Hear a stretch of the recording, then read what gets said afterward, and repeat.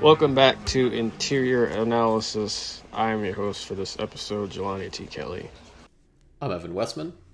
And I am Angel Michele. So we did some discussion behind the scenes, and we're going to use this episode, strange episode to do it on, but we're going to use this episode to officially welcome aboard Angel Michele as a co-host for Interior Analysis. Yep. Welcome. I'm very excited. This may be a mistake, but you'll find that out later. Well, I guess we'll see. Yeah, so I also want to welcome you guys to our horror-themed episodes. We did this last year where each co-host picks a horror movie to discuss through the month of October. I picked M3GAN, Evan, you picked Split, and Angel picked Drag Me to Hell. So this episode is, as I said, going to discuss M3GAN. Directed by Gerard Johnstone. It's a cool last name. I've never heard that. Writers, is it Akela? Akela Cooper? Or Akela? I think it's Akela Cooper. And James Wan. Starring Allison Williams, Violet McGraw as Katie, Ronnie Chang, who is a comedian, which also explains a couple of beats in this movie. Amy McDonald as physical M3GAN, because I think they just put a mask over her face or whatever. I don't remember exactly how, but there was a woman playing M3GAN. And then Jenna Davis as the voice of M3GAN. This movie had a budget of $12 million and a box office of $95 million in just the US and Canada. And then a worldwide of $180 million against a $12 million budget. Oh my God. That is a good ROI. Yeah, that's putting it lightly. Yeah, I'm looking at opening weekend alone, they made 2.5 times their budget. So that, is already making a profit on day 3, which is pretty rare, even for, really big successes. A lot of times I feel like, it's probably because the budget's so low, but, with a big tentpole movie, a good opening weekend is making your budget back. So right. To make 2.5 times is pretty solid. And this wasn't, I think Deadpool and Wolverine made double its budget first weekend. I don't think right. Maybe worldwide. I don't think it did that domestically. But this, for a movie to do this and not be based on anything like a book, or Hollywood loves its adaptations, this was just, we have a concept, it's sort of similar to this other thing that people are familiar with, Chucky, and we're just gonna make this movie. That's wild. So everything we say in this, take with a grain of salt. I mean, usually it's always, with this podcast, is always our opinions. So we don't have the 95 million this movie made. So we're not the ones making the decisions about what could be improved upon or anything like that, even though we will be discussing it. This is my second time seeing this. I enjoyed it my first watch. This watch was just okay. I was writing my notes through the later half of it. Did you see it in theaters, or did you wait till after? No, I waited till after. I wanted to watch a movie one night. I saw this was on my watch list. I think it was on Netflix at the time. I don't remember exactly. And I just sat and watched it. This watch was just okay the second time around, because I think because I knew what would happen. But also as a horror movie, it's not that scary, and it doesn't really have any great or creative kills, other than M3GAN's, if you want to count it. But I picked this because it's one of the only horror movies I've seen, and it's towards the beginning half, or just the beginning of horror movies I've tried to dip my toe into, just watching alone on my own time. Whatever. Orphan is another. That it was between this and Orphan for my picks this year. These types a lot of similarities there, are there thematically and everything. Well, I mean, I get it's a little girl killing people, right? Yes. Kinda. So it's interesting. These types of horror movies, I are one. I'm not a horror guy, so these types of horror movies are ones I can handle watching alone, because my brain tends to be irrational whenever I watch horror movies, and it's just whatever evil is in that movie now knows I exist, and it's coming to kill me. the worst type of horror movie for me to watch alone are ghost movies, because depending on who you talk to, those are kind of based in reality, and ghosts can just pop up whenever, wherever. So once I watch a ghost movie, I'm like, okay, now there are ghosts in my house, even though I've never seen a ghost in my house. You immediately drive to a motel. Yeah. Yep. Motels are more haunted than houses. If you're driving to a motel, that's the wrong But they're different strategy ghosts. to avoid. You can get away from the ghost that you're currently thinking about. I don't know that it's Ghosts don't give better a shit about you. ghosts in a motel. The second type of worst movie for me to watch alone is any Final Destination. It's not really a type of movie, but you get it. Watch our Final Destination 3 episode from last year to know why. That's all my initial stuff. I kind of just ran through it. What are you guys' initial stuff on this? I wasn't sure about this movie when I first heard about it, because I thought it was like... I don't know that I had seen Orphan yet when I heard about this, but I'm pretty sure I wound up seeing Orphan before I saw this. And I was like, these are fun, but I don't know that I'd like love these. And I was really pleasantly surprised. Like, my friend had been trying to get me to watch it ever since it came out digitally, and then it was finally on Peacock, and it was the unrated version, and I'm like, okay, at the very least that'll be a little more, like, that might be a little more fun to watch. And I wound up, like, loving it. There's a lot of surprising, like, themes and emotions in this that I wasn't expecting them to actually go for.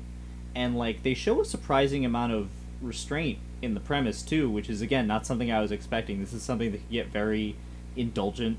It can get very exploitative very easily, I feel like, and it really doesn't go there. It actually, like, it's got a lot to say, and even if everything's not executed, like, perfectly, because it's only, like, 100 minutes long, it's still, like, there's a lot of stuff that they fit in that I surprised me. I kind of agree with you, Jelani, on the creative kills. Like, a movie like this, you kind of sell on, like, this is going to be weird and freaky, and, you know, people are going to get, I don't know, like, crushed by a construction site, you know, something like that. And they definitely, I feel like they have a short spurt in the movie where they're focusing on a lot of that. Then it's kind of, like, over, but I think because of their focus on, like, the themes they were going for about, like, parent-child relationships, things like that, like, they didn't have a lot of time for that in the beginning half of the movie, so the back half was kind of like playing catch-up. So it kind of, like, messes with the pacing slightly, but even still, like, the whole movie is kind of always moving, which I appreciate. Like, a movie with momentum like this is hard to pull off without making it seem rushed or ridiculous, and this definitely didn't feel rushed, at least, which I appreciated. I feel like you disagree with me based on that chuckle there. No. I was, because you said it definitely didn't feel rushed like this, but you left out ridiculous, because it's definitely ridiculous. Oh, it's very ridiculous. It's very ridiculous, but that's the best part about it.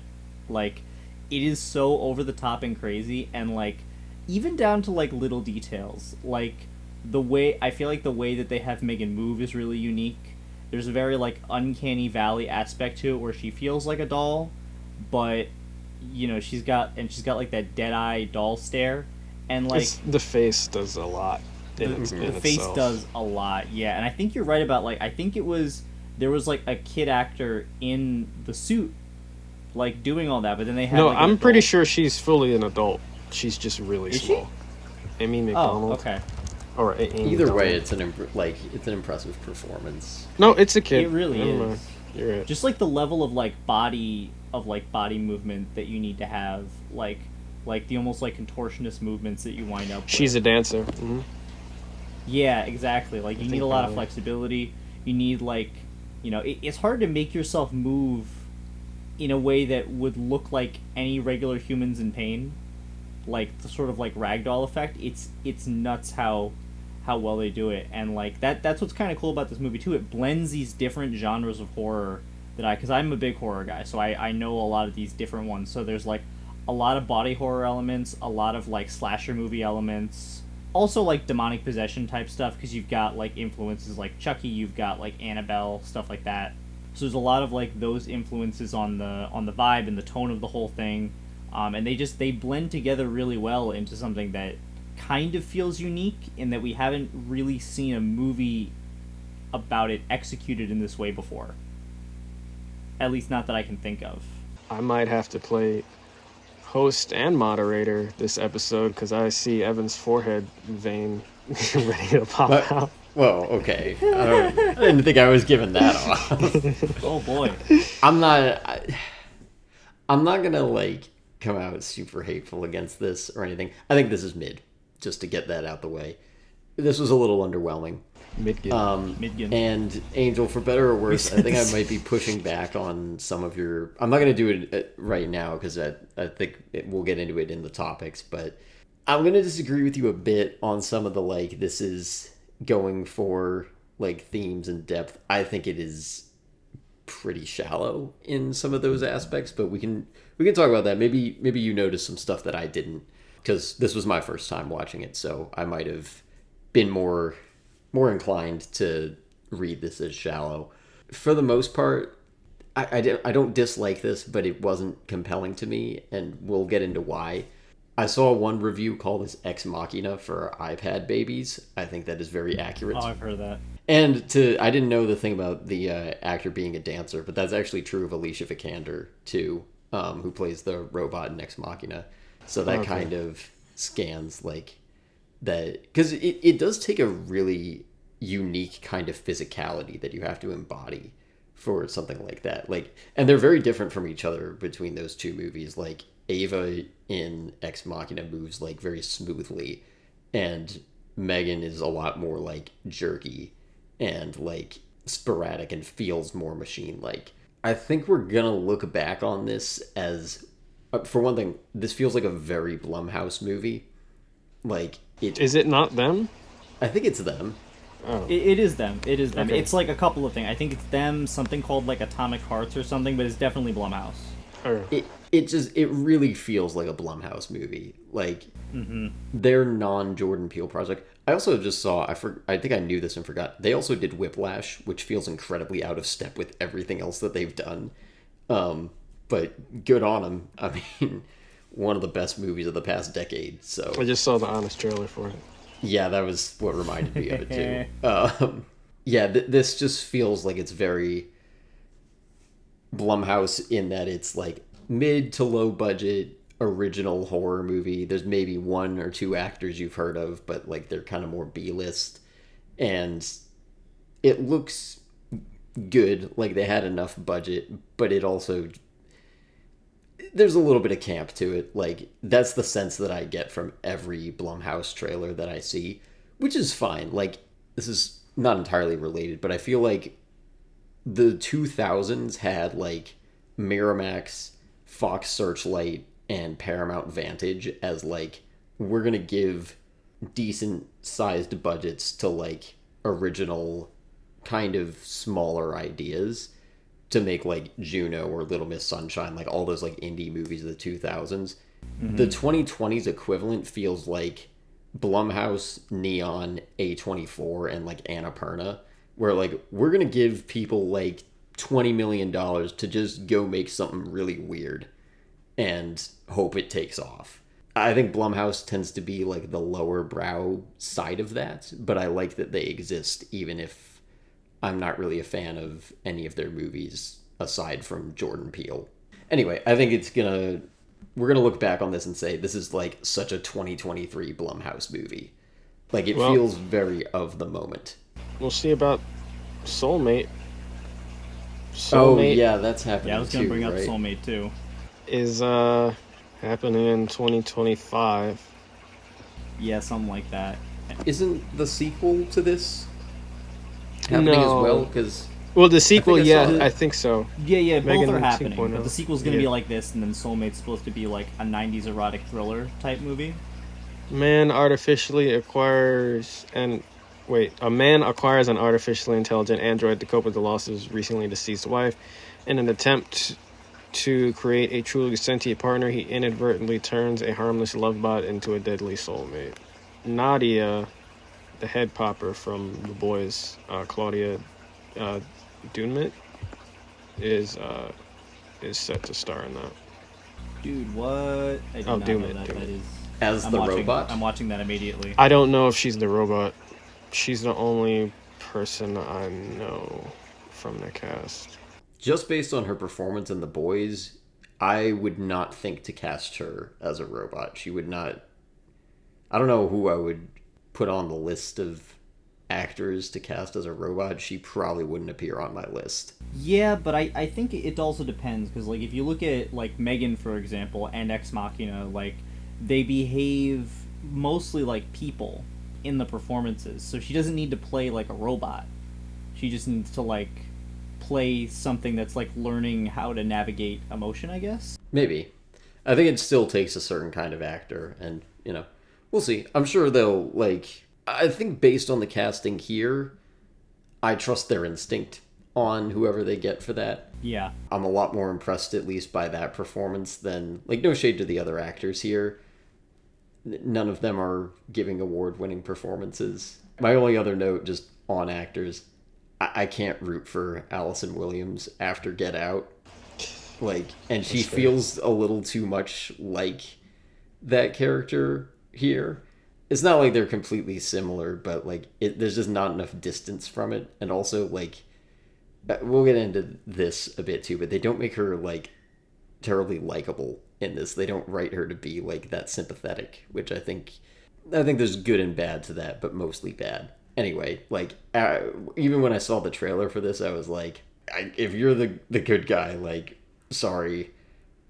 There's a little bit of, like, bad will carrying over from Get Out. Nothing against her as an actor, but, like, yeah, baggage. Post Get Out baggage. I guess one other one that's just not related, but I was just noticing again, this is yet another example of horror movies just being obsessed with, like, white people in the suburbs. So many horror movies is just, like, at least the ones that I've seen, all suburban. And most of the time, the cast is, like, overwhelmingly white. And here again, following that tradition. Welcome to film. That, but also, it's kind of funny to think about the concept of it outside of the movie. Like, this, I don't even know whether to call it a stereotype or not, but the thing about white people just not having logic when it comes to horror movies and why they can never put, like, for example, a black person in the movie. Mm-hmm. It's just like, no. I don't know who makes it. There's, like, a whole series of YouTube videos of, like, if black people were in blank horror movie.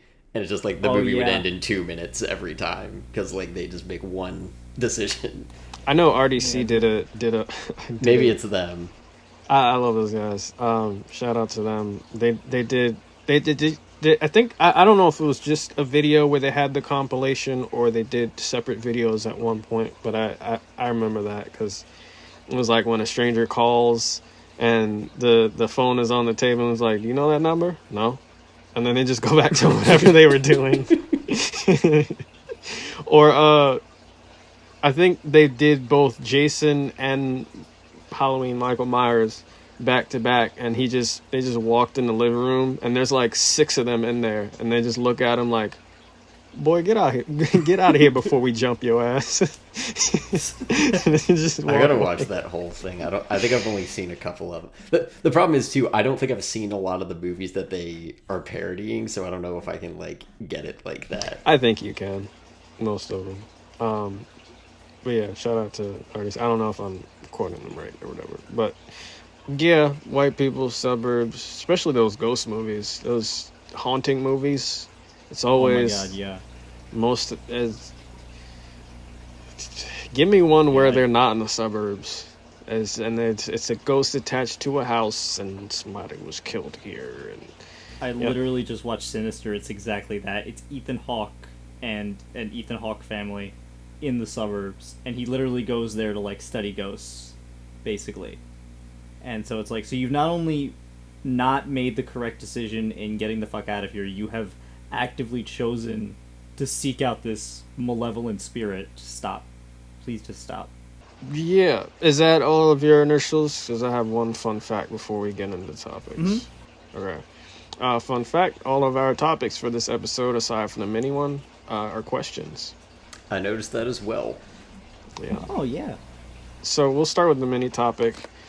Because I already stated we're not studio execs for any studio. I'm not an executive at all right now. So we may not be the right people to speak on this or make these decisions, but one of the mini topic we have is audience.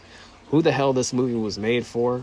I think the movie's biggest flaw is not knowing who it's supposed to be for, other than maybe fans of Chucky. But given the PG-13 rating and how much bank it made, this in a financial sense, like, something is who working. cares who it's for? Yeah, who whatever. cares? It doesn't matter if it worked. Yeah, it's It hard to worked. argue. It worked. Yeah. So PG-13 versus unrated, and I wanted to see the unrated version, but I had to start like a stars free trial. What again? Why are these movies just not we have my mom pays for like 7 to 10 different streaming services, and this wasn't on any of them for free. You have to rent. We have Amazon. I'm not even gonna go through them. Sorry, It was that would on just start Stars, which like nobody has anymore. Like I happen to still have it. It's the only reason I could watch it, and it wasn't the unrated cut either. No, we Which, had to. like, I had drove to me start, crazy. I had to start a free Stars trial under our Amazon Prime account to watch this. God, this is and this So- was on Peacock too. This was like one of those like right to Peacock movies. Okay, yeah, we have that too, so I could have watched it, but whatever. So I wanted to see the unrated version for this, but couldn't. I saw the it was a couple of months ago, but there was a kill count on this as well. Shout out to Dead Meat. So this movie was originally PG-13. Based on what I've seen as far as the clips in that Dead Meat video went, the unrated version isn't that much different from the original. There's just a bit more blood, as far as I know. Maybe a couple of different scenes or extra lines of dialogue. I don't know. There is no R-rated version. Maybe there should have been, but again, given how much this movie made, who cares? So there are several examples of horror movies being rated PG-13, or movies in general that shouldn't have been. I looked up a list, and the examples I agree with are Mortal Kombat 95, where Evan and we did a watch along to that. Go sub to our Patreon. Venom, The Wolverine. I didn't know that was PG-13, but just any X-Men movie with Hugh Jackman's Wolverine in it. Can I just ask real quick? When you're saying like it should have been R, is that based on like the MP? People think that like the rating system No, they're wrong. just opinion. That it would have been better if it was, and they'd scale it up. Okay. An Alien versus Predator. I've never seen an Alien, or no, I did see the original Predator with Arnold Schwarzenegger. Just based off of what happens in those movies, and given how I believe most of them are rated R. The first movie where you have them pit against each other, you would think it would automatically be rated R, but I'm pretty sure there was a big upset when that was rated PG-13. I saw Suicide Squad on the list. I don't think the R rating would have saved that movie. In the other direction, I saw Drag Me to Hell, The Dark Knight, Insidious, and World War Z. Pretty sure these movies were successes, partially due to being for a wider range of audiences, so again, like Megan, didn't matter there. Also, Sucker Punch was on the list. That's it. I don't have a note on that. Yeah. I just think it's funny I like to mention. Sucker Punch, but it didn't need to go any harder than it did. I will say. That's kind of all I have to say on that too. But like, I enjoyed it. It didn't need more of itself, if that makes sense. I saw it a bunch of times, and I still don't know what I watched. That being said, I'm not sure it would have benefited more from going full R, given the unrated version. But I do think the horror is lost on this. And we'll get into all of this. The topics are kind of just intermingled for this episode, because a lot of it is about the concept of horror. The concept of a killer AI doll, for me personally, is not enough to scare me for a movie. Like, the concept is dope, but there's gotta be more to it than just that. Like, this movie could have had some pretty creative kills. I forgot she could like hack, so there could have been something involving, or a couple of things involving her hacking to kill somebody or off somebody. Yeah, I didn't even think of that, but yeah, no, absolutely. Yeah, they don't get as creative with like the fact that she's a fucking computer. Yeah, it also could have killed more characters than it did. Like, one of our topics is the predictability, and what was unpredictable for me was Cole and Tess surviving, the two engineering friends that Gemma had. Yeah, I 100% thought they were gonna die by the end, and I honestly didn't understand the point of leaving them alive, because all they do is show up at the end and they're just staring at Gemma in her front door. There's not even like any dialogue to end the movie, so I don't get that. You could argue Megan was like killing bad people, but was like in her logic of leaving the two alive. Like maybe she was just trying to leave. I don't know. You could argue she was only killing bad people, but was the neighbor really a bad person? Were any of them really bad people other than Kurt, who was trying to screw over the company? Okay, so let's change the logic. What if Megan was only going for those who would hurt Katie? That would leave both David and Kurt alive. So I don't understand the logic of her choosing who she chose to kill in this movie. Which you do kind of need for a like character with a programmed psychology. Right. Like if it's just a random monster or like a Final Destination type force, you don't need to justify it. That's like the story gods coming in and saying who lives, who dies. Mm-hmm. This is like I guess that didn't bother me during it, but I thought like killing the neighbor was over the top and like not deserved. Mm-hmm. But it makes like just enough sense that I like if we're talking like does she see them as a threat? I feel like there's just enough evidence that I kind of buy it. Yeah, I know, like, for me, I can follow the logic, like, from the first thing. So I think her first kill is technically the dog, right? Like, yeah. And so, like, there's an obvious logic to that. The neighbor afterwards, it kind of Well, next was the kid, if you want to count him. Well, next was the kid, but I'm saying, like, I could understand, like, getting through to the neighbor. The kid also makes sense, because the kid also, like, was an active threat to both her and to Katie in that moment. But I think some of that disconnect does come in where it's like, it was pretty clear that she's like monstrously enjoying this as she's doing it to a certain extent, so you kind of see that side of her come out for the first time with the kid. Like with the dog, you just know like she's just trying to protect Katie probably, or you could argue that pretty easily. But you know, as time goes on, her kills just get more and more like dark and severe. She also like her manipulation tactics are more like pronounced as time goes on too, and like it's kind of, to the way I interpreted it is that initially she's following her programming to protect Katie, but then by the end it does kind of become more about like her surviving and her doing what she thinks is best. Yeah, the logic there is kind of a transition point there that is not fully justified. I'm thinking right now about have either of you guys seen the most recent Alien movie from this year? No. Okay. I don't think this is like a super big spoiler to say. They kind of do a thing in that movie where like there's an android character whose like directive gets switched halfway through, and it's just like a little like almost like floppy disk USB drive chip that like holds it. I feel like that's just a much cleaner way of doing like a robot character. If you need to give them motivation, it's like, all right, here is your directive. Or even I rewatched WALL-E recently. They have like directives in that they have to follow, and we kind of like take it as a given that they're sort of autonomous and can choose to defy it. What about iRobot? Oh god, I don't know. I mean, if we really want to look at all AI movies, it does belong in the conversation. I don't know how seriously I want to take it.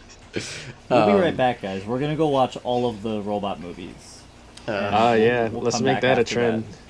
Make that a trend, Evan. There you go. There's too many. And that's not like a trend. That's a genre. I feel like that would be a different kind of video. Genres are just really big trends.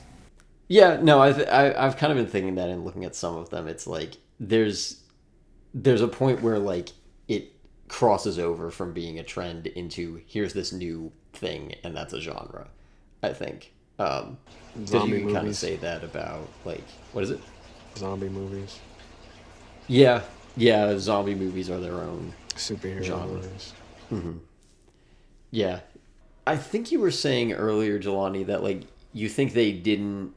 Correct me if I'm wrong with how I heard you, but it sounded like you were saying you think they didn't really know who they were making this for. Yeah. Okay, I'm going to disagree with you on that. I got the sense that they know who they're making this for. This felt to me like it was really made with that, like, 10, 11-year-old audience in mind. Like, they wanted this to be accessible to, like, that age group. Partly that's the rating, and partly it's, like, I feel like this is a lot simpler than it needed to be. Like, I think they could have explored some of the themes and some of the premise earlier. Like, it's a fun little, like, meme punchline, but, like, calling it Ex Machina for iPad babies. How old are they now? You know, this came out in 2023. Gen Alpha, the oldest of them, was 13 when that came out. If that's your target audience, you're keeping things pretty simple. And I think this does. It doesn't feel like a kid's movie. Like, I think it is very much like, yeah, if you're 40, you could go see this, and it might not be for you, but it doesn't feel like, you know, it's not like going to see, like, Goosebumps or Scooby-Doo if we're talking, like, horror stuff made for kids. It's not that. But this feels like the movie that your friend's mom lets you watch at the middle school sleepover. Like, at 9 o'clock. You guys had sleepovers in middle school? I'm not judging us. I didn't. I didn't that I didn't much, either. but, I mean, a couple. Make fun of him. Sleepovers Mock in him middle- now. He had friends in middle school. No, it feels like that kind of thing where it's like, you, in the days of Blockbuster, you would rent that at Blockbuster with your This sixth would be a grade rent friends. at Blockbuster. That, yeah, you rent that, and then at, I don't know, 12 or 1 a.m. when you're supposed to be asleep, then you go pull out, like, I don't know, Chucky as the chaser to this. I read that they cut some stuff. The fact that there's an unrated version, they obviously cut a few things to get the PG-13 rating on this, which is a good move financially. Clearly it paid off. Yeah. I really felt like a lot of stuff in this was influenced by, like, they kind of want this to be some kid's first horror movie, or it's at least kind of made with almost that intention. I felt that way anyway. I think there's a decent amount of evidence of that. If that was their intent, maybe it wasn't, but I think that's the effect. Like, this feels like the horror movie for sixth graders. I'll agree with you on effect, maybe not intent. Yeah, the intent I think is assumed. And granted, I don't know how this movie hits with Gen Alpha. It feels like it's kind of made with them in mind. At least the elder Gen Alphas. The TikTok dance, yeah. Yeah, the makes fact that sense. there's a TikTok dance in right. this. Yeah. There's a TikTok dance. But in a way, it also feels weird because I feel like it's also, like, it's very specifically talking to parents about, like, see what happens when you don't actually parent your kids. Like, killer robots happen. You know? So, like, the messaging itself is not something that Gen Alpha necessarily would connect to. So it's almost like it's meant for both. Like, it, in a way, Yeah. it feels like they were going really wide with it. Mm-hmm. Yeah, I almost felt missed by this. Like, I almost felt like this wasn't for me as, like, a Gen Z, because I was like, this is for, like, millennial parents and Gen Alpha kids. Granted, I know a lot of people, like, in our age bracket that went to see this and enjoy it, so it doesn't seem like that's been a hindrance at all. It's not to say that we can't, like, resonate with it, but we are not represented. Like, our generation, there is not a character of our generation in this movie. It's all Gen Alpha kids, millennial parents. That's a good point, too.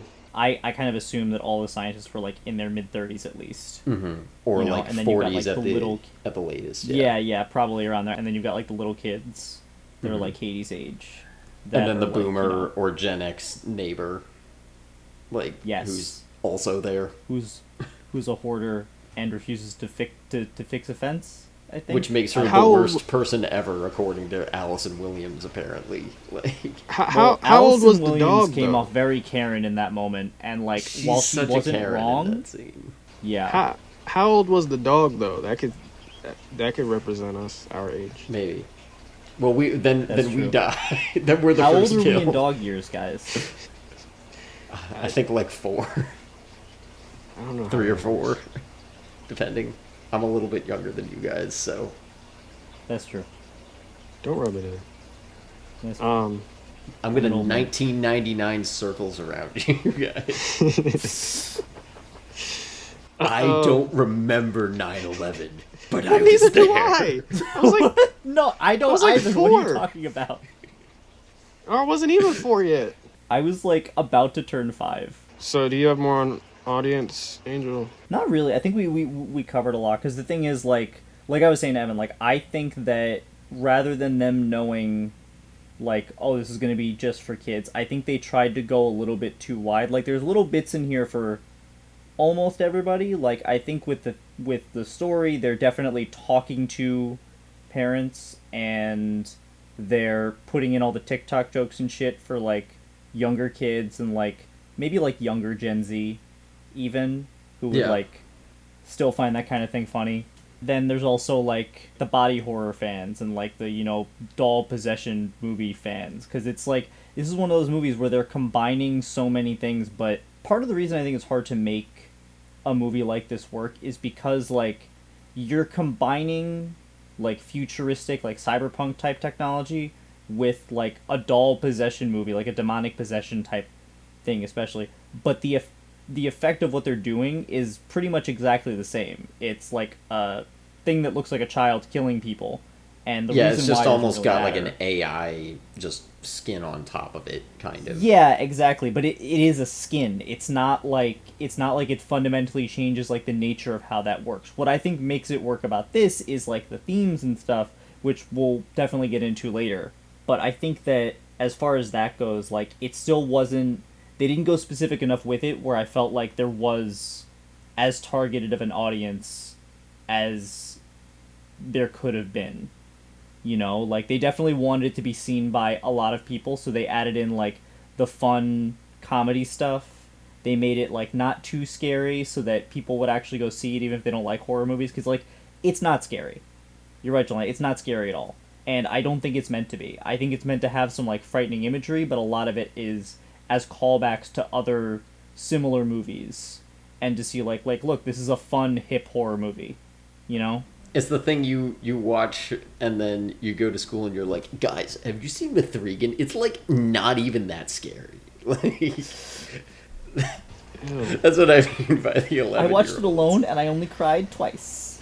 I had that in like that kid saying that in mind while watching this. I was like, this is made for that kid. So next topic, my topic, does the soul/comedy take away from the horror? By soul, I mean, I meant this movie, to me personally, you can disagree, but me personally, I feel like it, for whatever reason, feel like it was made with love. Thanks in part to the comedy, thanks in part to like the self-realization of what they're actually making, and also like Megan's snarky personality is just funny. Mainly comedy, but that's what I meant by soul. Personally, well, we've all said this movie isn't scary, which is why I think I could handle it. The idea is supposed to be scary, but at no point was my heart racing for what would happen next. I was just kind of like, I don't know if I turned my brain off, but I was kind of just invested in it. I was just like, oh, this is cool. All right. So yeah, this movie's funny. There's a lot of beats. A lot of funny beats, and like right off the bat, the movie tells you the type of movie it's going to be. It starts off satirizing one of those kids' toy commercials by saying their dog died. It's like the first line in the movie. This shit got so dark too. I forgot about that. Yeah. I was not was like- expecting it. They show the And he grave. died and left me alone. I'm like, what am I watching? Did I turn on the wrong thing? Then in the same commercial, they mentioned having a friend that will outlive them. Just 2 mentions of death in a kid's commercial is just peak. That would not have been made. No, that's why I say, which After is why it's 2007, hilarious, that would because not have been made. it would Yeah. never fly in the real world. Well, It's but like an it SNL also sketch. like I feel like that's also a thing that's gonna be looked back on as like very of the moment because like I feel like since maybe like 2015 ish, commercials have gotten so bad about, like, we are going to super emotionally appeal to you with this bag of fucking Cheetos. Like, this bag of Cheetos is going to be, like, saving the day in, like, somebody's life. Or like, somehow it's like Cheetos gives back or whatever. It's still fucking Cheetos. And, like, this feels like... I don't know if that, like, is going to continue in advertising. It is very, like, of this moment. And I think that might mark this as a very, like, 2023 thing. So M3GAN equals Cheetos. Got it. Apparently. Yeah, so it's hilarious because it would never fly in the real world, but I had to backtrack a little because it wouldn't fly in the U.S., I'll say, because there are some wild PSAs out there, and a lot of which come from other countries. Like, Yeah. there are some really crazy ones. I'm actually afraid to mention some of them. The ones that stick in my head because we're not even monetized, but YouTube might silence the video or whatever. Yeah, okay. They're like, you can no longer function on this site. I'm sorry. Yeah.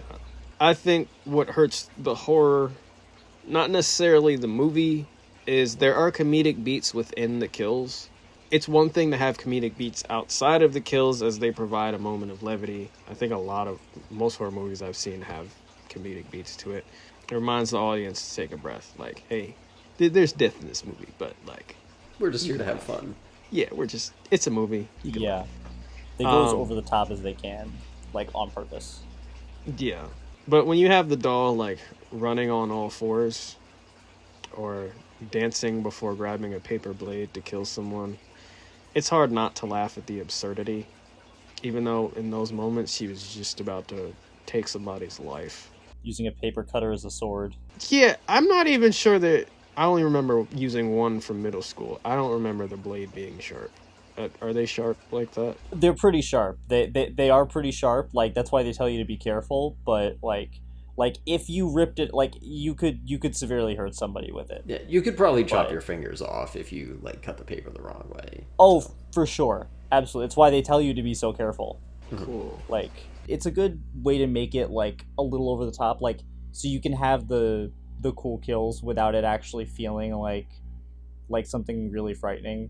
Because I kind of agree, but, like, that's part of why I think this is, like, very horror skin, again, going back to the whole, like, skin over something thing. Like, it's, like, I think it's a very much a horror skin over this sort of, like, tense comedy sort of... It's hard to explain, because, like I said, it's a very common type of movie they make now, where they use a lot of horror elements, but again, a lot of them are as callbacks, a lot of them are, like, for nostalgia, and then, like... But they're never going to go severe enough to, like, they're not trying to give you nightmares. That's if what that makes sense. They're like just borderline thriller movies. That's yeah, sort of like thrillers, but like slightly more severe. Like they definitely ramp up the tension as time goes on. Like, this is not just a straight comedy. Yeah. Especially the more independent M3GAN gets, the more frightening the performance becomes. Yeah, there's definitely beats of this that are not like... we might get to this more in another topic, but there's some beats where they're like, there is an extent to which this movie wants to be taken a little bit seriously.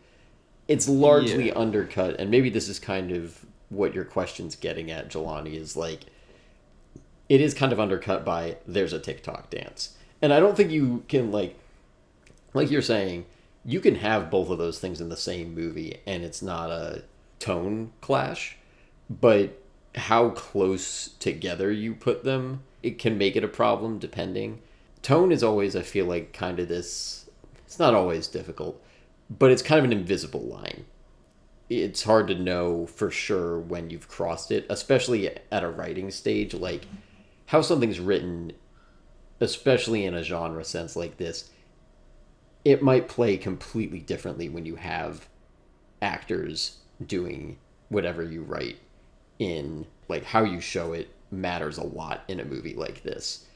And to me, I felt like they are going for camp, which is sort of the fusion of horror and comedy. I think it can be the fusion of a few different things and comedy, but it's kind of when, like, I think you were sort of saying this earlier, Angel, it's when the horror goes over the top to an extent that it becomes funny. And sometimes you can do that on purpose, I think. Sometimes it's... We kind of talked about this with The Exorcist last year, where, like, to our modern sensibilities, where the shock value of that doesn't really hit for us anymore, it can kind of come off as a little bit campy. But that is absolutely not the intent that that movie is made with. I think M3GAN was made to be campy. I think campy is a good way to describe it. Yeah, and that's also pretty common now. Like Malignant's a big example of that. I haven't seen it. I've been meaning to see that. I think that was also James Wan, wasn't it? Yeah, it's James Wan. Although that was like his thing. Like he did all of it. I think he wrote, and I'm pretty sure he directed it. It's one of those James Wan type ones, which is like it's got like very over the top, very campy, very like Giallo-esque as far as like the way it's done, the way it's executed. And like I remember I watched the first time, I'm like, this is terrible. Why did I watch this? But then I watched it again, and I actually really liked it the second time because I understood, like, okay, I see what they're going for with the camp. If you just appreciate some of those, like, ridiculous elements and don't take it too seriously, that's kind of when it works. And that might be where you need to go with M3GAN a little bit. Like, there's definitely serious stuff in here, and they want to be taken seriously, but there's also elements of, like, little like logic things like I don't think they want you to think too hard about. Like the TikTok dance doesn't make any sense, but I think the reason that people don't focus on that and have it break the movie is that ultimately it's just kind of a silly thing that really doesn't matter, and it's not necessarily changing the results of what's going on or like the effect that M3GAN has on the audience. Like, it doesn't undercut... Well, it's also the context it comes up in. Like, it comes up in the two of them are doing a dance together. It is, like... There's a logic to it in the story world. It's not, like, as she's going on a murder spree, the whole movie stops for 2 minutes. Like, it's not that moment in Scott Pilgrim where Matthew Patel summons background dancers and starts... like jamming out before fighting Scott Pilgrim. No, like, we're talking about this moment, Evan.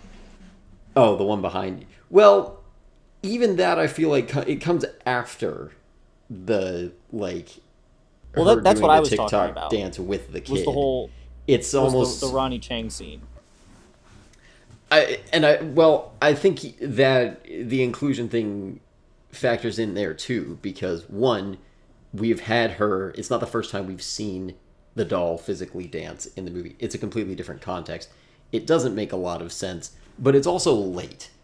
If you did that, like, as her first kill, yeah. Like when she kills the kid in the woods and pushes it, like... And if you did a TikTok dance, that would not have worked. Yeah, if you do that halfway through the movie versus that's, like, probably 85% of the way through...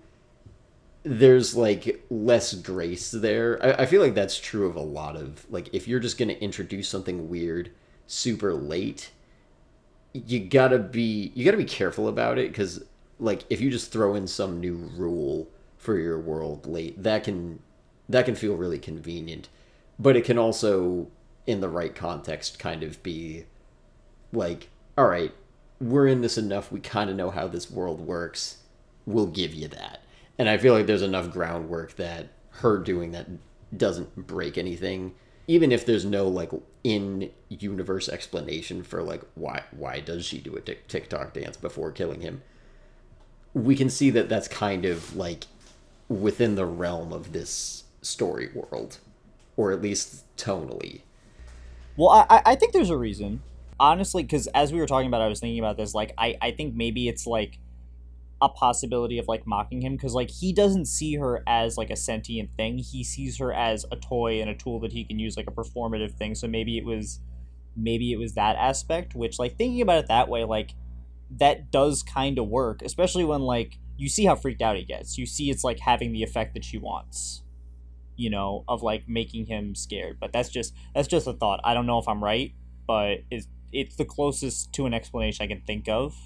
But even still, like, it does make it so that, like, it's a little uncanny, but it's also a little weird. You know, you wouldn't put that in, like, a straight horror movie. Or, like, like a horror movie that, I mean, specifically designed to scare you. Which I don't think this is. You wouldn't put it in The Exorcist. No, absolutely not. Like, it just wouldn't make any sense. So what about the scene where she starts singing to Katie while she's like choking Gemma? Like she says, "Wait, Katie," and then she starts singing, and then Katie hits her again or whatever. Like, what about that? Was funny, but how does that fit? I think again, like if it breaks the world for you, I can't really argue with that. It does. I don't think it does, because I think the logic in her brain would try to apply to Katie's humanity and connection to her, but also outside of that, it's funny. I feel like there's almost a real world corollary to it, where it's like when robocalls like use your name an uncomfortable amount because somebody programmed to be like, people are more trusting of you when you like say their name a lot. It feels like it's like, because she's a machine, we can almost be like she's operating on that logic. Singing Titanium will calm Katie down. Titanium's a weird song to it's so do scary. That with, but like I also forgot she was made of titanium alloy until I saw the movie again, and then the titanium thinking of it like, oh, okay, it's so much creepier for some reason. I don't know why. That part, when she first sings, I was like, it doesn't break the story world, but I was like, I don't know about this movie, man. Like, it ultimately doesn't ruin anything, but it's also just like, I don't know, why that song? It kind of works. Like, it's almost creepy that she picked the 5th biggest song of 2012. Why? That is a really weird one. Well, it's because she's made of titanium. Right. There's a pun in there, but just, I don't know. that's your lullaby to sing to this 9-year-old. That's a very strange lullaby. It's a little more disconcerting, I feel like, that she's like singing that as the lullaby. Like that's not putting that kid to sleep. That kid is scared now, because that's a weird way to do it. And one thing I appreciated was, I like how they didn't put like a singer's voice, because she has a voice modulator or whatever. She could basically use any voice she wants. But they actually had it be like her voice, and it sounds like almost like a kid singing it, where it's like the pitch might be a little bit off, but it like she sounds like a real person, which makes it so much scarier for us. But you can see why Gemma would do that to appeal to the kid. It's also like, this is like really specific to the song, but it's like, I think there's like a lot of auto-tune in the song, so to hear it sung more humanly, but not quite, it's almost an uncanny valley thing, because like it's like doing an acoustic version of an EDM song almost. Like, not quite there, but kind of. Yeah, those are strange choices. They love doing acoustic versions of songs that were made electronically. I don't get it. I haven't really heard any of those. Is that real? I was just saying that as an example. Yeah, it's real. Oh, that's a real thing. I shouldn't be that surprised, but like, it's like the bit on Atlanta where they talk about how white girls love to make acoustic versions of rap songs. That's and they end the I episode just saw a clip of that. The ukulele cover of Paperboy. Funny. Yeah. It also pokes at the ridiculousness, but also the likely reality of an industry such as the toy making industry. It's a really weird, there's like a sequence of like 3 quick shots, but it's strange to watch the establishing shots of employees intently taking notes on kids playing with their products. Like, yeah, I know that's a real life thing, but it's so weird to me. Like, you're making toys, but you're studying the kids playing with the it's, I don't know, there's something. It's very like studying mutant kids in X-Men The Last Stand type thing. Like, you're in a facility where they're just in these creepy little rooms, and like it comes off as very like dystopian, like very 1984. Right. But it's got a toy skin around it. That's it. That's the difference. Yeah. Like, they're in a lab. Also, like, this is real. This is like the way a lot of these things are done. Probably not as scary of a building as they seem to have, because for whatever reason they're toy companies inside the Department of Defense, like inside the Pentagon. I don't know. But like, yeah, like, these are terrifying rooms. They don't have any windows. They don't have Right, they've got the like outside. Two-way, what is it? The two-way mirror. They have the mirror. two-way glass. Yeah. Yeah. And then there's the commercials, and then there's the example of David's clip of him trying to sell Megan at the end, where he's like, Now imagine how she'll help kids who don't have dead parents, and that's I think that's my favorite clip from the movie. And then Megan That's pretty funny. gives him the look where she's just like, it's closely based in reality to make it believable, but also funny. So I think to answer my question, I think it does take away from the horror. I think there just needed to be more horror added to it rather than anything else. Like, you can still have the comedy, but there's nothing other than like I said, the concept. There's nothing really scary happening here other than like people dying. But even in the way they're dying, like, it's like, oh, he got stabbed. She got power washed to death. Okay. Well, it was chemicals, so It like was tearing her pesticide, face. yeah, whatever Yeah. it was. Well, if we're ready to move into one of the other topics, I have an idea or a couple of ideas for how they could have made her a bit scarier. Yeah, those are all my notes. So, the next topic we're going to move into is this movie too predictable? Evan's topic. Yeah, I felt like this movie could never have surprised me after starting it. Like, just by virtue of seeing her on the poster and the name of the movie, we know Megan's going to turn bad. And I feel like there's just no extra twist thrown in there. I was kind of saying this before. Sorry, I'm just looking around. I'm hearing my roommate's cat. I don't know. Is if Megan it's in my there? room. It's No. Megan. She's after you. You saw the movie. She He's knows you he's gonna exist, pop Evan. out of Megan's face right behind you. Zoinks. It's gonna be glorious. That'd be a good jump scare. Between that and like the social commentary, like I said before, feels kind of shallow. It's just kind of like iPad parenting bad, right, guys? Like, I feel like it pretty much ends there. But it is, though. They're right. Like, that's so deep. But deep. so here's the thing. I've talked a decent amount across a couple of videos and several different podcast episodes about like half-assing theme or character, and where sometimes I think less is more.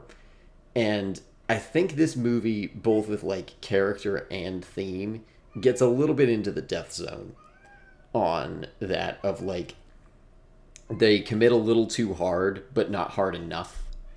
Like, it's too hard, it's hard enough that you're thinking about it, but not hard enough that it has anything to say, really. So where I think this is sort of maybe going outside of the question I'm posing, but here's how I think this movie could have been not predictable, or at least more compelling. The most compelling hook that I see for this movie is just, will Katie turn out okay? So if they made that more of a legitimate question, it might have worked better for me. Like, there could have at least been some tension. Like, if there was more of a sense that Gemma could be a really good parent, or that Megan is legitimately good for helping Katie process her grief, there might have been a more interesting power struggle between them. Like, I was thinking a couple days ago about Coraline, because I feel like that has kind of a similar setup to this movie in the sense that you've got like a 9-10-year-old kid who is sort of in the middle of a power struggle between two parental figures. He's got like the real one and then the other mother. And that works in that movie, or that story, because it's a book too. And I think a lot of it comes down to just that, like, all of those characters are written with empathy. Like, all three sides of that: the kid, the real parent, and the other parent, I guess we'll say. Because I guess you kind of have two sort of surrogate parents here, where it's like adopted and then robot parent figure. If these characters were written to be just with a little more respect and depth, like, I think it might have helped if we learned more about how Katie's parents raised her. We don't really know anything about what she was like before this. Like, what if... I was going to bring this up in Angel's topic, but I'll just bring it up here. What if Gemma is legitimately trying to be a good adoptive parent to Katie and is just really unequipped to do it, but is trying, and eventually her solution is, I'm going to program this robot that, like, cares for her the way that her parents did, in a way that I can't. And then That would make her more likable. Yeah, like in the current form of the movie, Gemma's just kind of like, oh, I've got this kid. That's annoying. She can't go to Florida though. She's just trying to save her from Florida. That's yeah, it. She is, yeah. yeah. Which I'm not That's gonna right. go there. I'm not gonna go there. You gotta watch out for Florida Man. That'll be the fourth movie, Megan versus Florida Man. And then the A in Florida is a 4.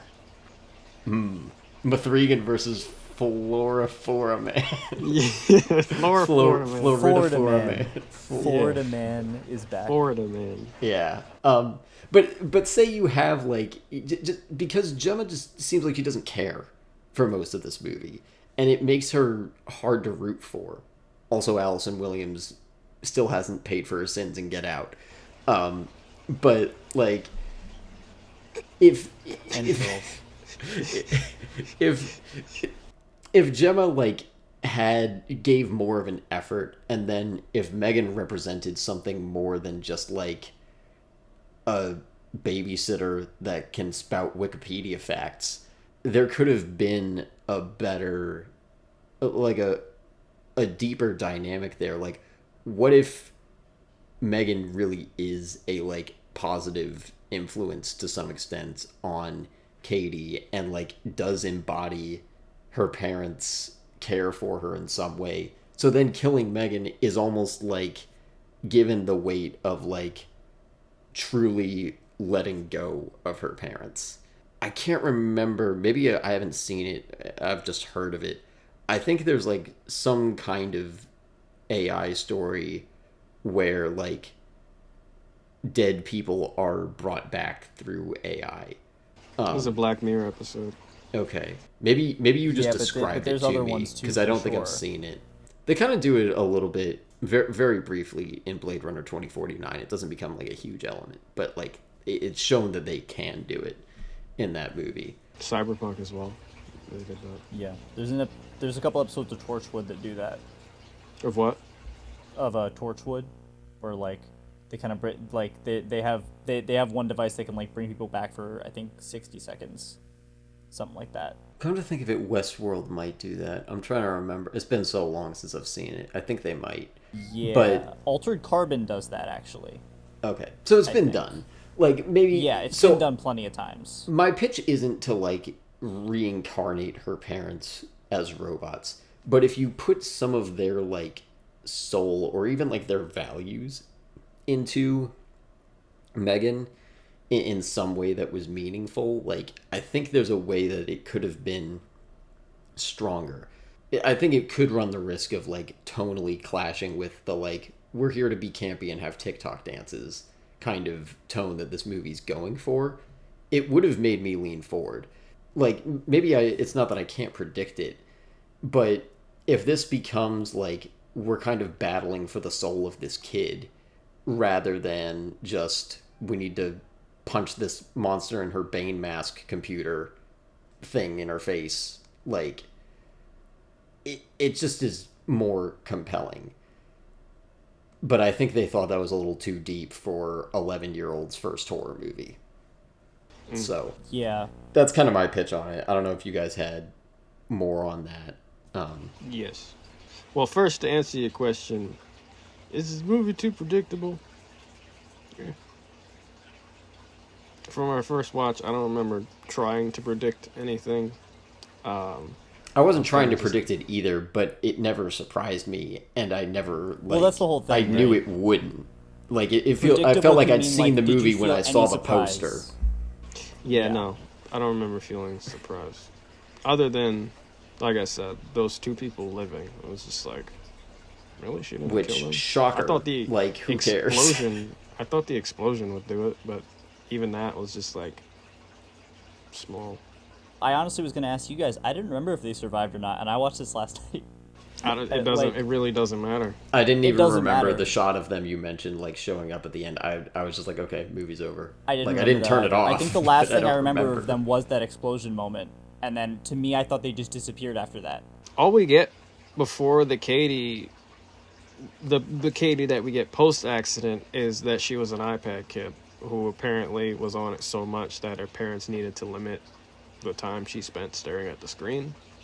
and then this one thing is removed entirely when Gemma says, "Oh, don't worry about that."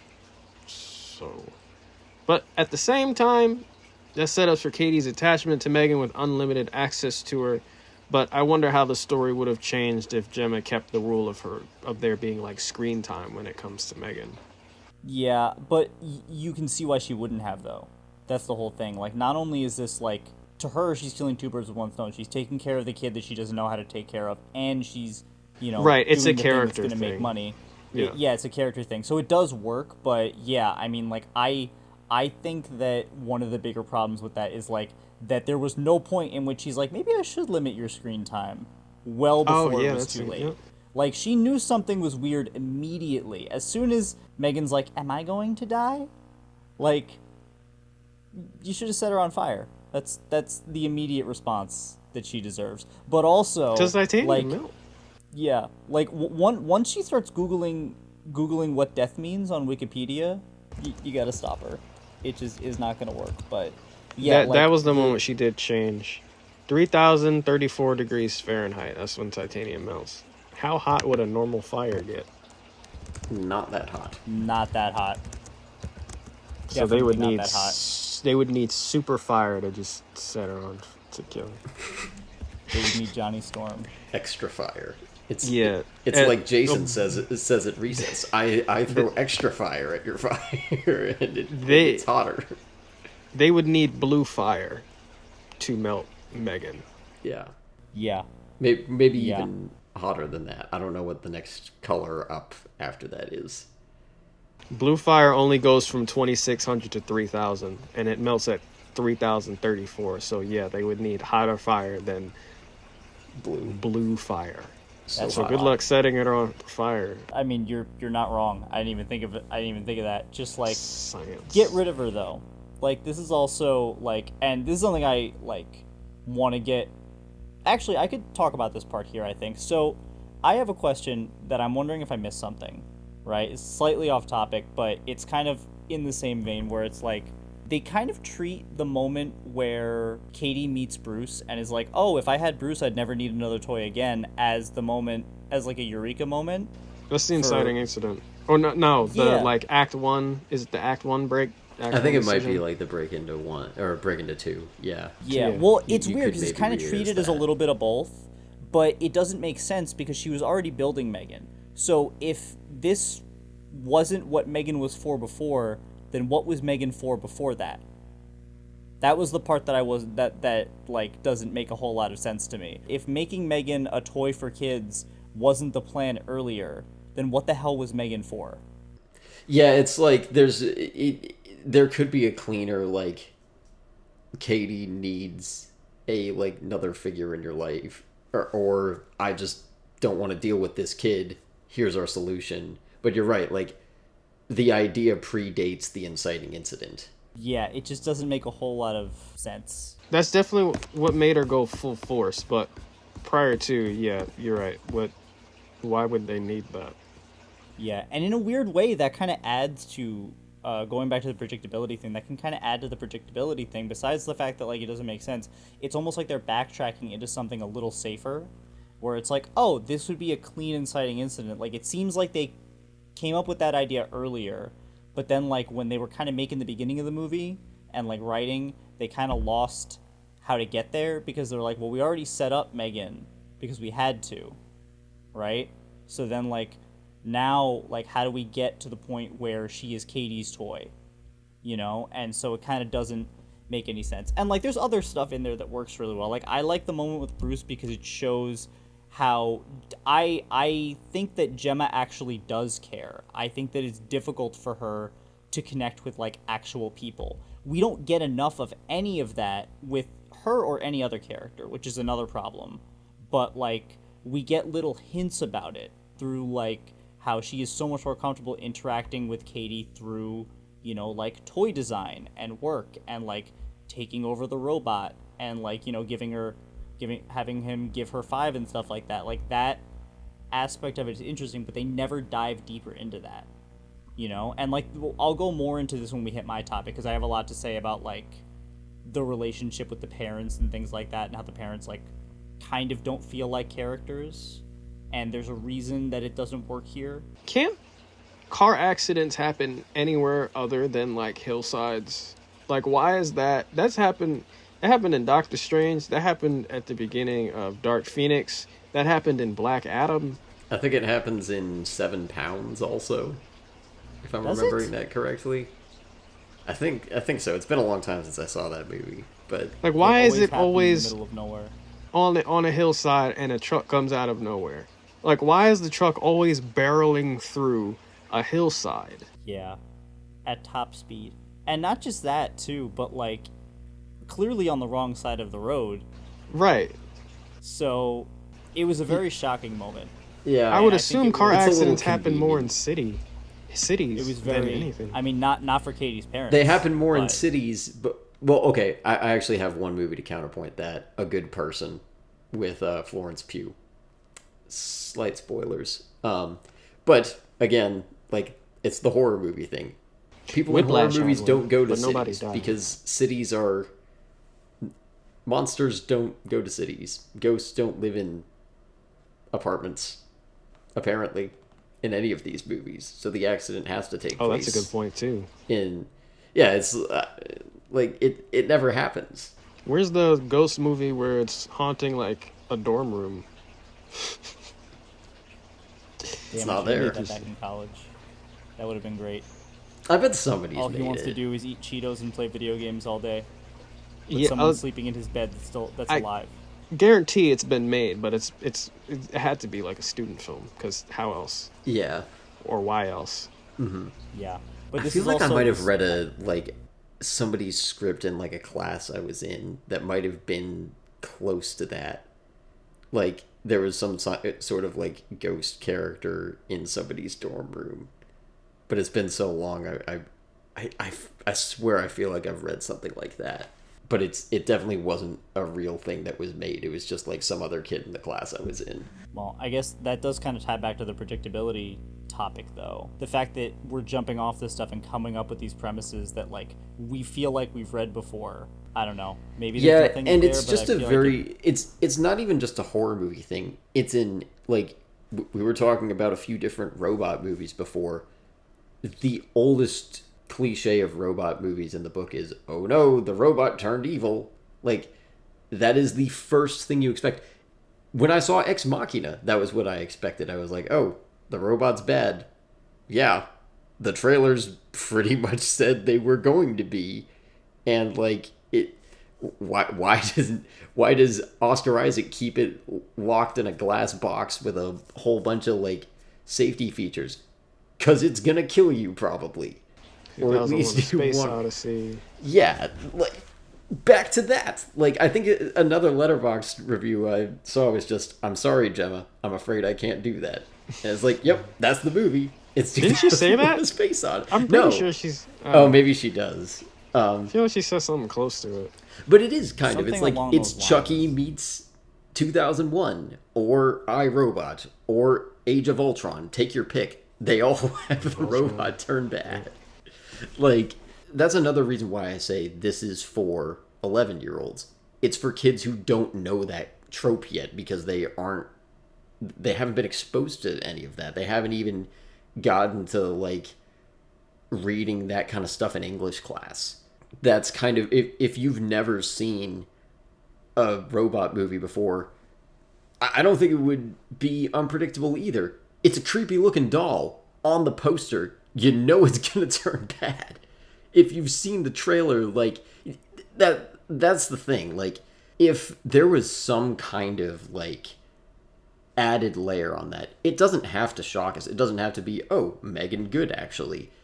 Just give us more than, like, The actress? the one thing we expect from the title. Like, You said Megan Good. She's an actress. Oh, she is an actress. Yeah. I like oh, Megan she Good. is? Okay, I don't know her. She was She's in Shazam. that's Shazam. why I She was don't the know older her. version of the black girl. Next topic, last topic, but not least yeah, so topic, are the are the I thought you said but least topic, not no, Yeah, not like, least topic. I'm like welcome to the least topic team. that we have. But your topic is like trash. Guys, we're not gonna get lie. this over with super quick, That's part of the hazing. Yeah. and don't worry, he'll Your cry topic off is never screen. You don't like have to watch ours. it unless you want to. Yeah, you To can do that, you can subscribe to our Patreon. we can do the boilerplate now, Evan. Yeah, I We'll mean, just do I like, do we even need it? This fucking I guy. see how it is. I see how it is. No, let's get But this actually- off, though. What we were talking about does transition into my topic pretty well, which is like, do the emotional beats here work? Because you get from the get-go, they're setting it up to be a story where it's a lot more like emotionally focused than like another kind of robot movie. Like Annabelle, I haven't seen, but I am willing to bet it is not emotionally focused in this way. It's a scary movie. And Chucky, similar thing. It's a scary movie. It's meant to freak you out. It's meant to be like frightening. And even if there's other themes in there, it's not meant to be like a story about a growing relationship between an aunt and her niece who just lost her parents. Like I was saying before, they show a surprising amount of restraint in that M3GAN, while she shows up very early in the movie, she doesn't do M3GAN stuff for a while, like the stuff that we're predicting for a while, because they're so focused on building up that sort of like new tense relationship between Gemma and Katie, because like Gemma's not fit to be a parent. She knows it, but at the same time, like, she made a promise to her sister. So like you kind of get that on a surface level. Like, okay, it makes sense why she is like trying, which is why I was saying before, Evan, I do think that Gemma cares. I think her level of caring, she's clearly very socially awkward in a lot of ways, and she has trouble like really connecting with people outside of her work. You know, like she's good at her job, but you know, even with the people that are supposed to be her friends, the people she's working with, she constantly feels like disconnected from them, and like, you know, what they are doing and what they want to do. They just don't focus on that as much because it's all focused on her relationship with Katie and how M3GAN's kind of affected that, you know? So the emotional setup itself is good. I think for me personally, where a lot of the issues come in, the lack of diving deep into any one character, really. Like, we don't even dive deep into M3GAN, who isn't human, but she's a sentient being who clearly wants to like survive, but becomes a Terminator in the process. It's very interesting idea-wise, but they don't go that deep into it. Katie, also, we don't know anything about Katie.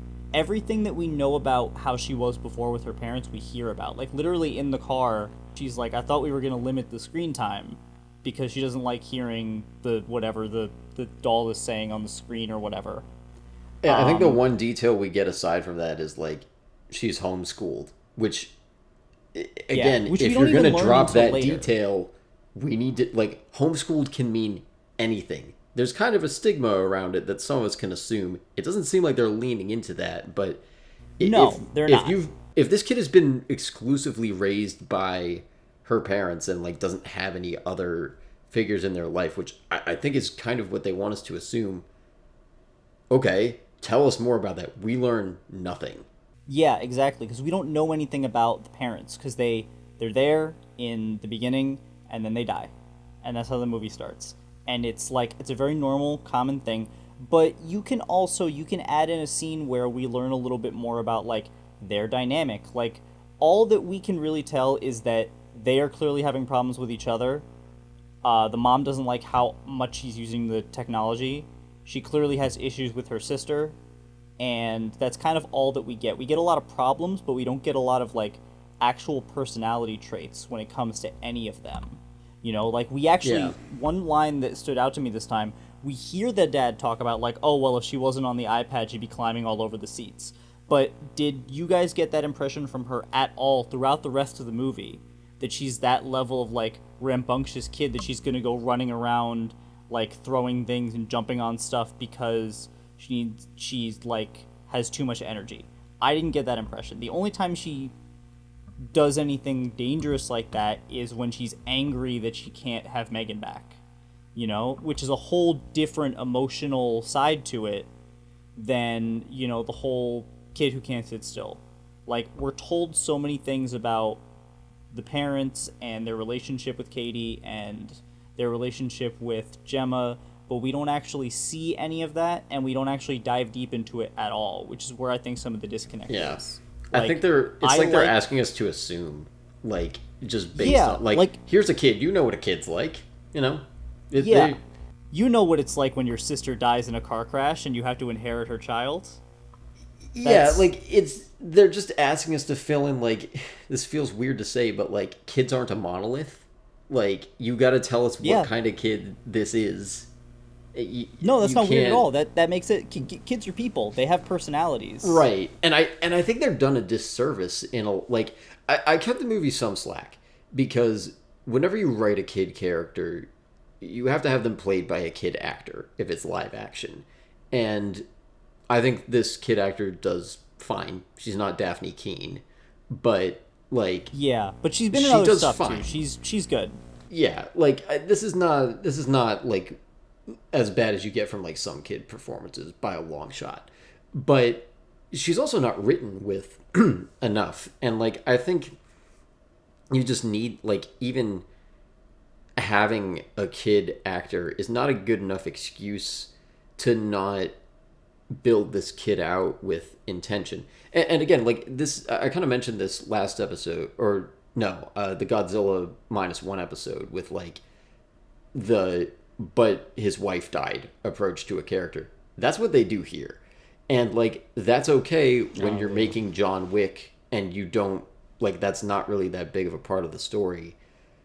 We're spending a lot of time with these characters and we don't get very much. Like, I agree with you in terms of, like, we spend a lot of time in the first act on this relationship. It's not time well spent, I don't think. All I really get at the end of that is just, like, these people are annoying. And they're not so annoying that I, like, hate them, but it's enough that, like, empathy is different for characters and real people.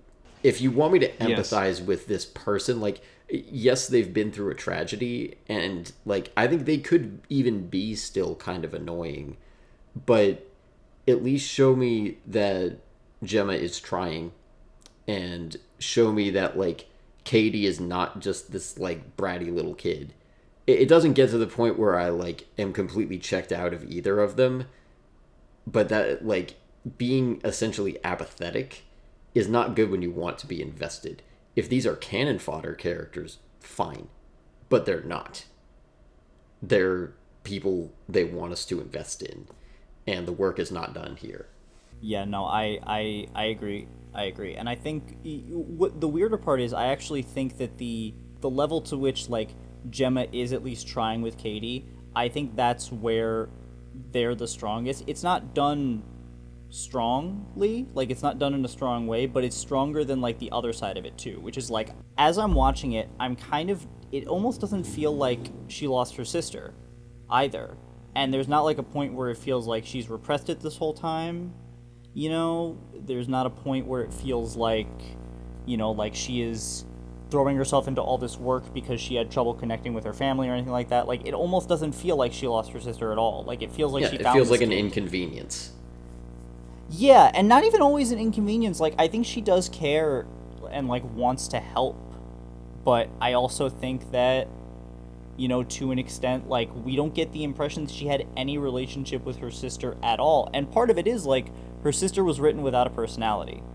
Like, and so was the father. Like, they were clearly having issues during this time, right before they died, and then things were getting worse. But again, that doesn't play into Katie's character at all. That doesn't play into their relationship with Gemma.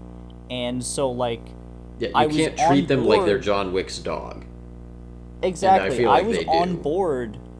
Yeah, I was on board with it. You know what it feels like, honestly? It almost felt like Gemma was like an older sister who got sent to boarding school, as opposed to, like, the sister, right? And so, like, they are related, but they don't know each other super well. And, you know, Gemma didn't have, like, a real relationship with what would have been their parents. You know, it's kind of like that, where, so it's like, but now she has to raise this kid because, like, what else is she going to do? And we were talking about the Florida grandparents before. We hear about, like, yeah, they're a little weird, but we don't see that either. And I think, again, that's where there's so much of that disconnect. They're Right. It's asking basically us to fill asking in you the to bank gaps. on, like, Florida's weird, right, guys? Like, Yeah. which, I mean, that can be a fun meme, but it's a little bit of, like, a crass and simplistic approach. And I don't know how much I want to fault this movie for how it does this, because I think it doesn't work as well as it could have. Like, I think the pitches that we're giving are not that tall of an order. Yeah. Obviously, it didn't hurt this movie's success, though. And it seems like a secondary priority. They seemed like they wanted a movie that would be campier, but then make it a little simpler. Make it okay that you're treating the parents like they're John Wick's dog. Don't spend this time, or if you do, make the time worth it. Instead, I think it's just dead air. Yeah, it makes especially like Allison Williams' character come off as a little shallow in her motivations as opposed to like her personality. You know, like It makes there's all of points them where feel shallow. Every character in this really- feels shallow in their motivations. Yeah, honestly. I think the one who kind of doesn't is like the friend, which I have an issue with how the friend is written. What is her name? Tess, the woman that she's working with. Literally every one of her lines is you need to spend more time with Katie. And we don't know anything else about her. And I am pretty sure she's the only black character in the entire movie. Yeah. I did not appreciate that. But, you know, besides that, it's also like, you know, it's a poorly written supporting character too. Because it's somebody who's like, you could have had the chance for like showing how Gemma struggles in relationships and friendships and things like that because she's so focused on her work, but we don't even get little hints at that. And a lot of this could be done with just like a couple extra minutes of throwaway lines. Like little things. They don't need to write extra scenes, they just need to do more with the scenes that they wrote. And I don't know that you can have like a well-written supporting character if you haven't done the work with your protagonist. If you haven't done that work and you don't know like how can you know the supporting character's role and relationship if you haven't built out your main character enough yet? Yeah, there's not enough depth to Gemma and Katie themselves. Any of the supporting characters I think could have been deeper, but you got to start with your main three. Can you describe them without describing what happened to them? I mean, These characters specifically? No. I think you can describe Gemma as career-oriented and probably end of list. And doesn't like her neighbor. That's it. That's true. Like, bad neighbor and career-driven. Doesn't But I like get the dogs. sense that she still eats Fruit Loops one by one and drinks milk afterward. You wouldn't know because we don't see that. We don't get any sort of personality traits, any sort of... Well, Honestly, I guess don't into understand. toys, into classic toys is like one other thing. But That's still within her career, though. Like, Yeah. honestly. Yeah, it is. And I do think that you can fill in gaps there and be like, that kind of shows how disconnected she is from these. Because the whole point of toys is to play with them, right? And when you do that kind of collectible thing, like, yes, that is the thing people do, and there's absolutely nothing wrong with it. But it was done specifically to highlight that she is not able to connect with... She's doing these things, but she's still she's making these things for kids to play with, but she's always on the outside of it. Like, Yeah. she's unable to connect with the emotional side of it, which reflects in her relationship with Katie. That's But- that's like being the executive at a publishing company for video games, but never playing video games. Yeah. there that's a might be pretty a few good- people that's a pretty that's good way to true put it. of. Yeah, that's a pretty good... Or a studio exec of a company that primarily makes superhero movies and not liking superheroes. For my notes, to answer the question, for me, simply put, no. The emotional stuff doesn't work. The movie shines as comedy. I do feel like it was doing the bare minimum for the characters to justify what was happening. Yeah, the whole movie is about grief, but it'd be difficult not to focus on that given Megan is supposed to be the thing that Katie becomes attached to after her parents' death. But I fully agree that Gemma and Katie are written to be unlikable in their own ways, and that makes this less enjoyable because I'm not really rooting for anyone. I'm just watching. The one scene that I thought was good with them was when, like, Gemma finally talks to Katie about, like, her parents having died. Same. I forget. This is the I best scene feel in the like there's a movie. little more to it. I was like, oh, that's a genuinely good scene. Why couldn't we have more of that? Like, I think there's a legitimate question of, do you lose your young audience if you, like, because all the stuff that I have been pitching in these past two topics would make the movie better for me. Do we think it loses the commercial appeal if you include all of this? Or is it, like, does that affect it at all? Does it make the same amount of money? Nah, I think it would have made it better, honestly. No, I don't think it would. I don't think it would be an issue because again, you can still have all these cool scenes that people wanted to see. Like you could still have all of the scenes that people came for, like the crazy campy horror stuff, the body horror aspects, the the crazy death scenes. You can have all of those, and adding in emotional layers and complexity to things would only add to it. But even if it didn't add to it for like the people coming for those other things, it would just mean it's better for everybody else too, in addition, Yeah, I think that's fair. So we're gonna wrap up here. I do have just a small note that I wrote down. I might already have my Drag Me to Hell topic because Evan's note about campiness being horror and comedy fused makes me question what is campiness, because if that movie's campy, it's got me questioning where that applies, where it works in other movies. Like, I don't know if Drag Me to Hell is going to be campy or not, but I know some of the original like Nightmare on Elm Street movies. It's pretty campy. The original Nightmare on Elm Street movies were campy because Freddy was just one-lining it up the entire time while he was killing these people.